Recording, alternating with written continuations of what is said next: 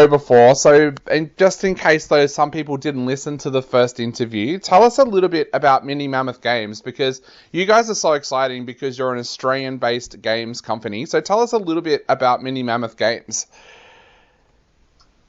Yeah, no problem. So Mini Mammoth Games is a small independent studio based down in Adelaide. We make small little hyper-casual games, which are sort of the games you'll go play on your commute and everything to work, and what you like to just have a little time waster for. Yeah, we're a group of 8. We came out of study last year and started a business, and have been running that ever since. Yeah, we've published about 7 games. Yeah, 7 titles so far. Yeah, I was going to say, you guys have been pretty prolific. How many games do you have in development at any one time? Good question. We always have a good view on the go. Yeah. So at the moment, I can think of, there's one major one that I'm working on at the moment, but we're also working on like kind of revisions of our previous games. So like the game we're discussing today, this Press for Time, we've always got a game working on its 2.0 release or its big update that's coming out. We try every single one. Yeah. But we've always got a bigger project, another game coming in the background. Yeah.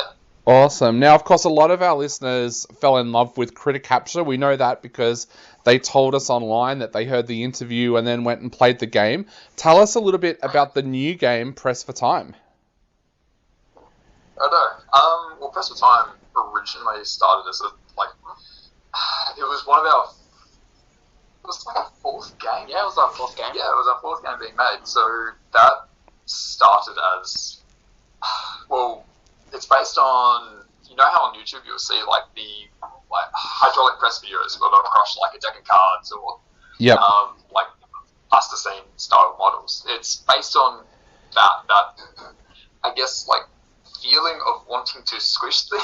Yeah, so it's a game where you get a bunch of objects and you can go crush them through different levels based on the theme of the level, and then you can go through and just crush everything as much as you want in the endless mode. Yeah. Now, I love that it says in the press release that this is to satisfy the destructive side of you, because let's face it, we all have a destructive side and we all get really, really worked up sometimes.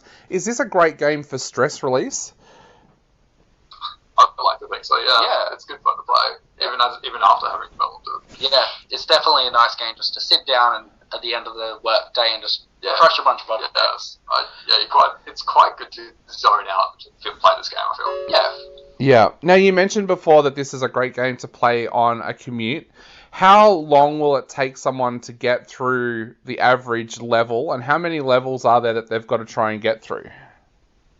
So I believe we've got 40 levels in total for the game, and it takes about maybe 30 seconds, a minute maybe if you're struggling per level.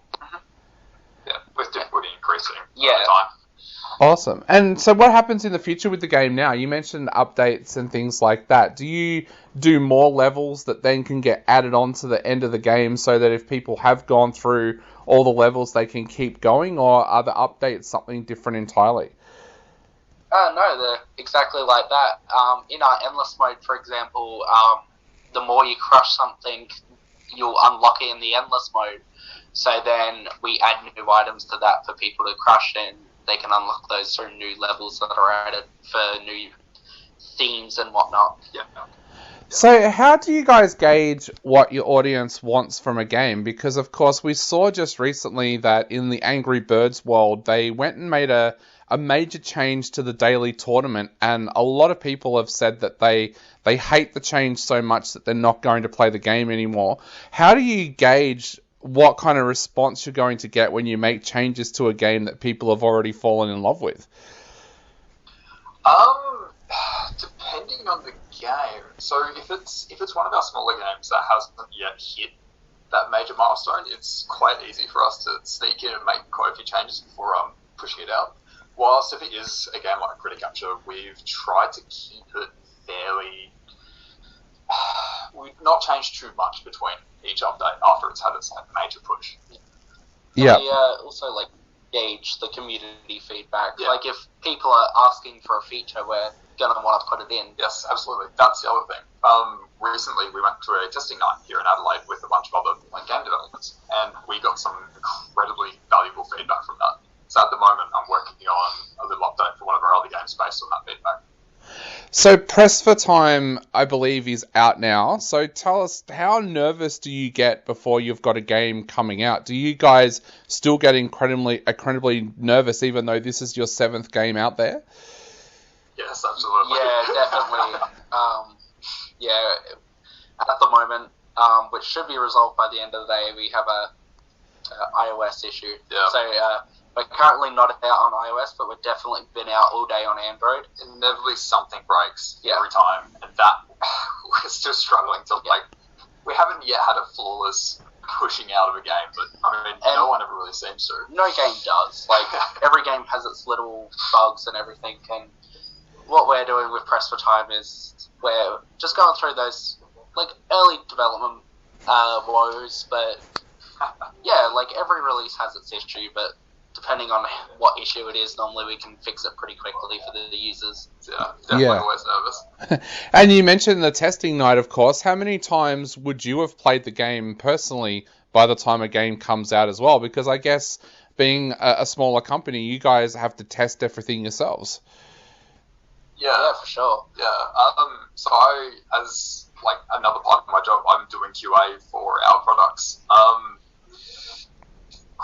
Quite a bit. So every Friday, I try to get everyone to play the game for about half an hour, whatever game I'm testing for that week, so that I can get pick up on anything that we may not have noticed when we weren't developing the game normally.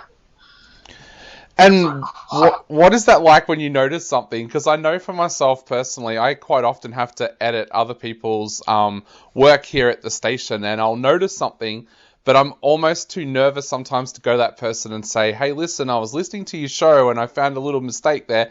Do you guys get nervous when you have to tell each other there's a mistake, or do you just treat that as something that comes with the business?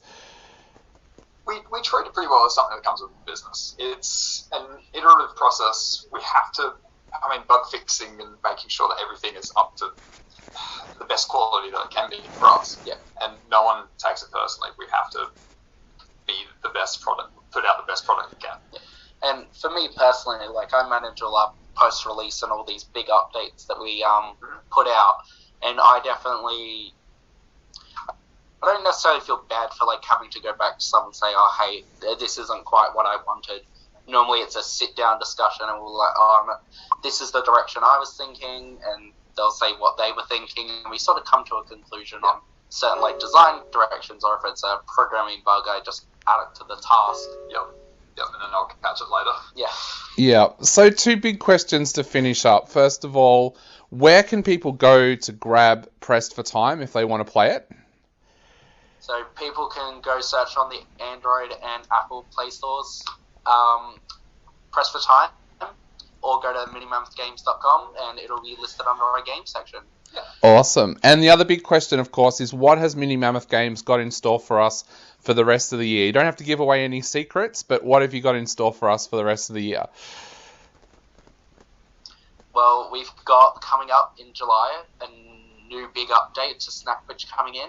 Yep. I can't tell you any specific release dates, but it's definitely going to come with a bunch of new things, and we'll definitely love to share that with you then. Yep, and we've got at least one other major game that we're working on right now. Yep.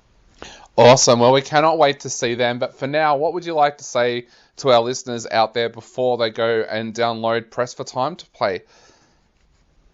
We hope you enjoy. Thanks a whole bunch for listening to us ramble on about our game dev, and we hope you enjoy our games. Awesome. Well, guys, thank you so much for joining us. I know that a lot of our listeners will go and download Press for Time, so thank you so much for joining us. And again, congratulations on what you guys have been able to achieve, because it has been absolutely amazing to see an Australian company like yours doing so well. Excellent. Thanks a whole bunch as well. Not a problem, guys. I'll let you go. Have a great day, and hopefully I'll talk to you again when the next game's coming out. Sounds good. Awesome. Talk to you then. Bye. Bye.